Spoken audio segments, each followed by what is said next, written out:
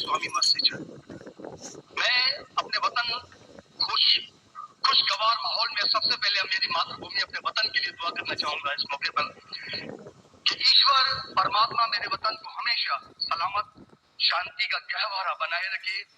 खुदा करे मेरे अर्ज़ पाक पर उतरे वो फसल गुल जिससे अंदेशा ज़वाल ना हो, और यहाँ पर जो फूल खिले वो खिलता रहे सदियों, यहाँ पर खिजा को भी गुजरने की मजाल ना हो। और खुदा करे, ईश्वर करे, परमात्मा करे हम तमाम लोगों के लिए हयात जुर्म ना हो, जिंदगी बवाल ना हो।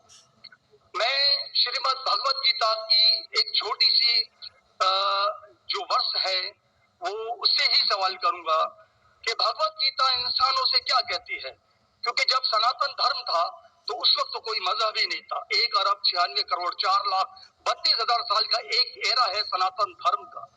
तो उसमें इंसानों से कृष्ण ने कहा है श्रीमद् भगवत गीता में कि हे इंसानों, ये मैं तुझसे कह रहा हूँ कि समाज तेरी कर्म भूमि है और तू अपनी कर्म भूमि के मानदंड से नापा जाएगा।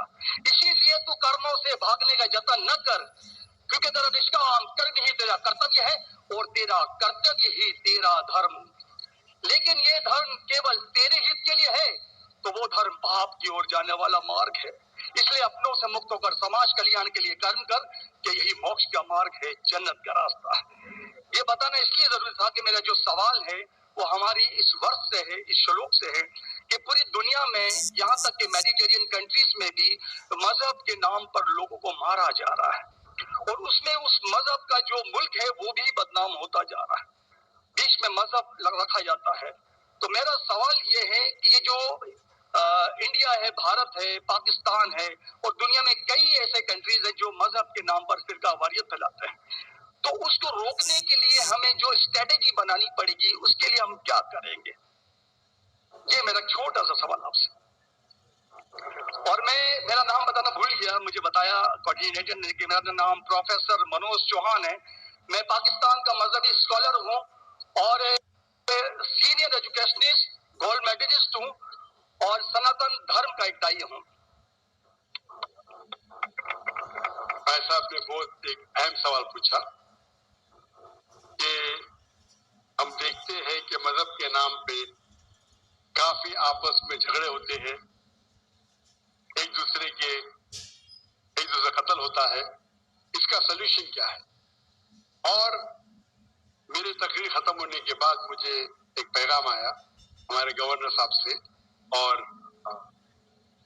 मुफ्ती अब्दुल रशीद साहब से कि आप कुछ चंद चीज कहो तकाबुल अध्ययन की, जो कंपैरेटिवली मेरी स्पेशलिटी है।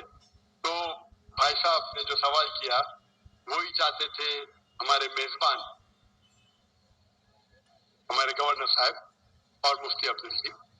तो जो भाई साहब ने सवाल किया कि इसका हल क्या है कि आपस में लोग झगड़ा करते हैं, तो मेरे नजदीक कुरान मजीद की एक आयत है जिसे मैं कहता हूँ मास्टर की फतावा, सूरह अल इमरान की सूरह नंबर 3 आयत नंबर 64 में अल्लाह ताला फरमाते कुल या अहले किताब, ए अहले किताब यहूद और नसारा, तालो इला कलिमतिन सवाइन बैनना व बैनकुम, आओ हम उस बात की तरफ जो आप और हम में यकसा है।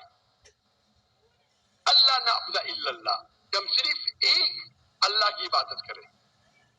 यहाँ कुरान मजीद में अल्लाह सुब्हानहू व तआला इस आयत में फरमाते हैं, सूरह इमरान सूरह नंबर 3 आयत नंबर 64 में कुल या अहले किताब, को अहले किताब से, ये खुसूसन यहूद और नसारा के बारे में मुखातिब होते हैं, लेकिन इसे एक्सटेंड करके कोई भी दिगर मज़हब से आप बात कर सकते, कोई भी दिगर मज़हब से, चाहे हिंदू हो, क्रिश्चियन, बुद्ध, जूस।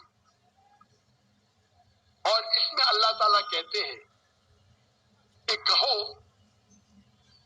इन गैर मुस्लिमों से, तालो इला कलिमतिन सवाइन बैनना व बैनकुम, आओ हम उस बात की तरफ जो आप और हम में यकसा है। हम इख्सानियत पे बात करें, इख्तिलाफ की बात ना करें। इख्तिलाफ है, इसीलिए आप अगर मेरे लेक्चर सुनेंगे, अक्सर लेक्चर का मेरा मौजू है similarities between Islam and Hinduism, اسلام اور ہندوازم میں یکسانیت، اسلام اور عیسائیت میں یکسانیت. میرے تقریر کا موضوع کبھی اختلافی نہیں ہوتا ہے unless کوئی غیر مسلم میرے قرآن کو اٹیک کرتا ہے اور اس میں غلطیاں نکالتا ہے. مثال کے طور پہ ڈاکٹر ولیم کیمبل، جس کو پی ایچ ڈی اس نے حاصل کی قرآن کے خلاف کتاب لکھنے کے لیے، قرآن اینڈ بائبل ایٹ آف سائنس، اور انہوں نے 38 غلطیاں نکالی قرآن میں، نعوذ باللہ، سائنٹیفک.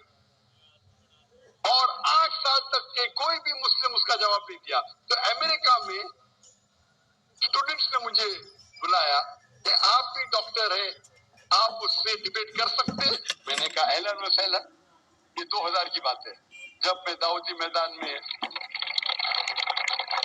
چند سال ہوئے تھے، اور اللہ کی مدد تھی، صرف اللہ کی مدد تھی کہ اللہ سبحانہ و تعالیٰ نے اس ڈبیٹ یا ڈائلاگ جو شکاگو میں ہوا تھا 2000 میں 1 اپریل میں، ماشاء اللہ اس ڈبیٹ کے اندر وہ ڈاکٹر ولیم کیمبل کے جو انہوں نے جو آبجیکشن نکالے تھے، میں نے سارے آبجیکشن کا جواب دیا. اور جب میں نے نکالی ان کے بائبل میں سائنٹیفک ایرر، جو میں عام طور پہ نہیں کرتا ہوں کیونکہ یہ عام طور پہ نہیں کرنا چاہیے، لیکن جب مناظرہ ہو رہا ہے اور وہ اٹیک کر رہا ہے تو مجھے جواب دینے پڑتا ہے. تو الحمدللہ اسی منچ پہ ڈاکٹر ولیم کیمبل نے کہا کہ doctor Zakir Naik has raised serious questions against the Bible, I'll have to read it again. مطلب اسی سٹیج پہ انہوں نے اقرار کر لیا کہ جو کتاب لکھی تھی وہ غلط ہے اور ان کو پھر سے بائبل پڑھنے پڑے گا. لیکن اللہ سبحانہ تعالیٰ فرماتے ہیں ماسٹر کی فتاوا تعالوا الی کلمۃ سواء بین بینکم، آؤ ہم اس بات کی طرف جو آپ اور ہم یکساں ہے. سب سے بہترین بات اللہ فرماتے اللہ نعبد الا اللہ، کہ ہم صرف اللہ کی عبادت کریں. اور اگر آپ اسٹڈی کرتے ہیں کمپیریٹیو ریلیجن، تقابل ادیان، جب اسٹڈی کرتے ہیں تو آپ کو پتا چلے گا سارے مذہب میں بنیادی بات ایک ہی ہے، توحید کی، اللہ ایک ہے. لیکن وقت جانے کی وجہ سے یہ ان کے ماننے والے کچھ لوگ ماننے لگے، کچھ لوگ بھول گئے. تو آج کی تاریخ میں اگر آپ کو کوئی مذہب کو سمجھنا ہے تو اس کے ماننے والوں کو مت دیکھو. اگر آپ کو اسلام سمجھنا ہے تو مسلمان کو مت دیکھو، قرآن اور صحیح حدیث کو پڑھو اور پھر آپ کو سمجھ میں آئے گا اسلام مذہب کیسا ہے. اسی طریقے سے اگر آپ کو عیسائی سمجھنا ہے تو کرسچن کو مت دیکھو، بائبل کو پڑھو. آپ کو اگر ہندوازم سمجھنا ہے تو ہندو کو مت دیکھیے، آپ وید کو پڑھیے، بھگوت گیتا کو پڑھیے، اپنشد کو پڑھیے.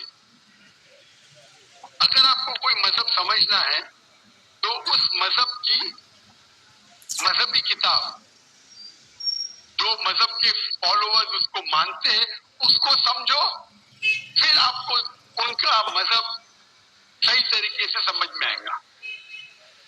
میں نے ایک تقریر کی ہے concept of God in major world religions, وہ تقریباً 1.5 گھنٹے کی تقریر ہے کہ خدا کا تصور